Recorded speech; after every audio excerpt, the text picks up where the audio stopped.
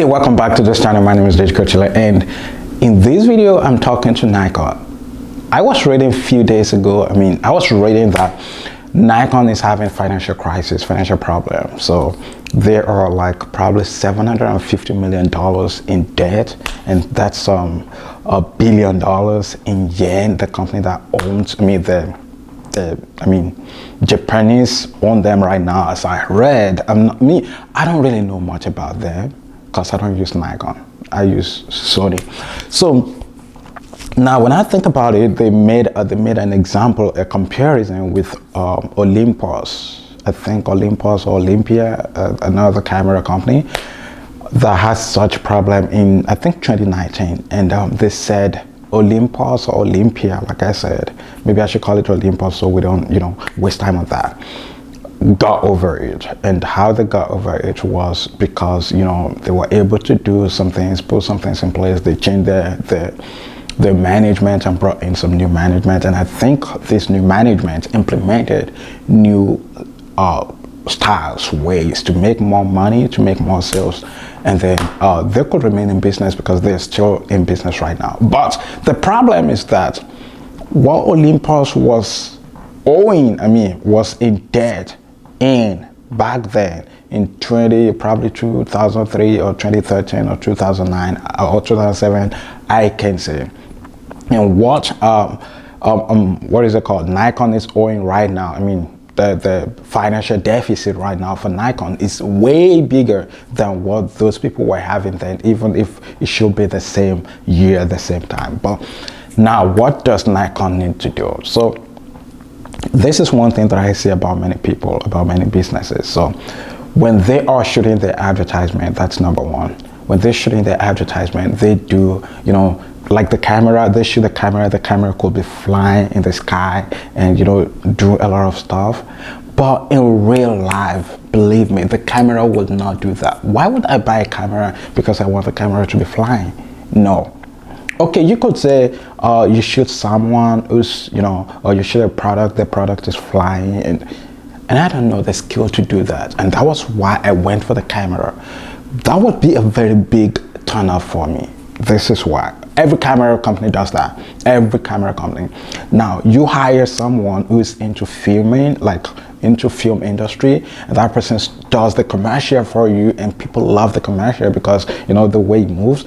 But at the end of the day, we get disappointed because we bought the camera and we can't do the same thing that we saw that the camera is capable of doing, or that was done in your commercial, and it becomes a problem for us. So what are you supposed to do? See, number one thing you need to do in your marketing and sales strategy, marketing, forget about sales right now. Marketing is make sure that you do, common things that every layman would do. Everybody that does not know how to handle camera at the higher level, at the high-end level. This is what I mean by high-end level. How do you know about it? Did you do a training? Did you go to school to learn how to do this? If you're only appealing to these people, there are a lot of people appealing to them also, and you will only have a percentage of the share. You might not have everything. That's it. So now you want everybody that would want to buy your camera to be able to, do things that everybody will be able to do. Use that as a commercial, like just normal event. How would you shoot a normal event? Let these trainings be coming from Nikon itself. That's it. So I call that inspirational marketing. Inspire people to do something. Then when you inspire them to do something, then you inspire them to buy your camera. Events. Apart from events, like events have different levels. Then apart from that, why don't you inspire younger people to buy your camera? How do you do this? Find influencers, younger influencers with 2,000, 5,000, 1,000 followers. Even without followers, just young people, like you could do 10 years, bring like 10 of them from each state. Go there, like you have offices in every state, I believe. And if you don't, why don't you partner with a small company or small photography company in each state? You don't have to spend too much to do this. Partner with them, let them bring these guys together. Okay, do a challenge for them. How will they use a camera? These boys will be happy that, okay, I'm doing a challenge for Nikon. I get a Nikon camera. It could be one of the smallest, but let the settings be very nice that they could take nice pictures. These people will be happy not only to become a photographer in the future, but also their friends would know about it. Their families could be like, okay, let me go buy. Why do you think every young boy is buying camera? I mean, buying what is it called? Phones, especially iPhone. They don't want to use iPhone 5 again. They want to use iPhone 6, iPhone 7. You know why? They want to play game on it because they can connect with each other. That's one. Number two, the camera. They know when they go out, they can take a good picture with those phones. Why don't you encourage them, inspire them to use your camera to take those pictures? And again, why don't you paint a picture of a successful photographer and bring these photographers, you know, just to do like probably 10-20 minutes talk training on how to get these things down. I was listening to Grant Cardone one day and he said he knows a photographer who makes $1 million every year. I think the photographer that takes Kevin Hart.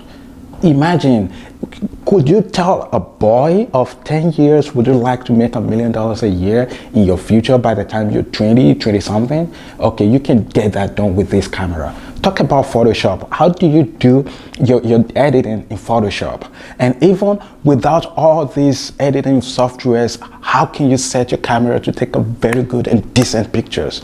Believe me, before I bought this camera, I went with a friend to buy something like this exactly. And that was why I went to buy this camera. When we got to the place, we saw different cameras, and I told her that I've used Nikon before. It's okay, it's good, but I don't know about every other camera. And a guy came who was working there. We asked the first person, and the first person said, I don't know about cameras. The second person who knew about cameras came around. He said, okay, Nikon is good, but I would tell you to go for Sony. He said, and we said, okay, let's buy Sony Alpha 63. And he said, oh, it's good. That was what he was using before. He upgraded to 6500, and I was like, why? He said, okay, this is where I took with 6300, this is where I took with 6500, no editing. He showed us on his phone, and we were like, okay, we're gonna go for the 6500. It's more expensive, but we saw what it could do without editing. If you do this, believe me, you will do well. Another thing I will tell you to do is motivation. Why don't you motivate people not only to take more pictures, but to take the pictures with your camera? Yes, why don't you talk about events, family gatherings that they could do? Like we're talking about events like, is it the only thing we can do? You know how much they spend on events every year? When we're talking about events, it's not just, we have fashion events, we have family gathering events, we have a lot of events. Call anything events. Outing just to go out to eat. Why don't we take pictures with good cameras? Talk about the pixels on the cameras that is bigger than the phones, because the phones are the problem every camera is having right now. The phone company is your problem right now, camera companies. So if you are able to blend this, I mean, just at least elevate your camera production a little bit more than the phone, then that will be, because phone is to make calls and text message. It's for communication. It's not to take pictures, but now it's, you know, competing. So Nikon, this is my big advice for you.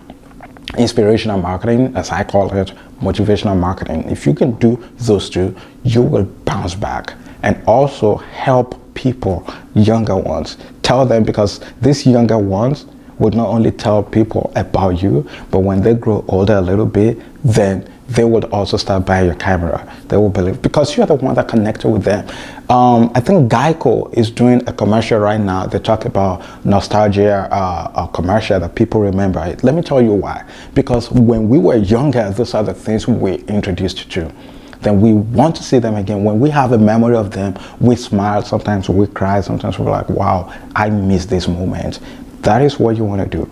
When they know that, oh, we took some pictures back then with Nikon, Nikon was like this, I would always have a Nikon. They would go again to buy a Nikon. They become a loyal customer.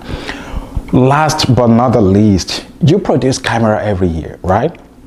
So this is one thing I would like you to put in place.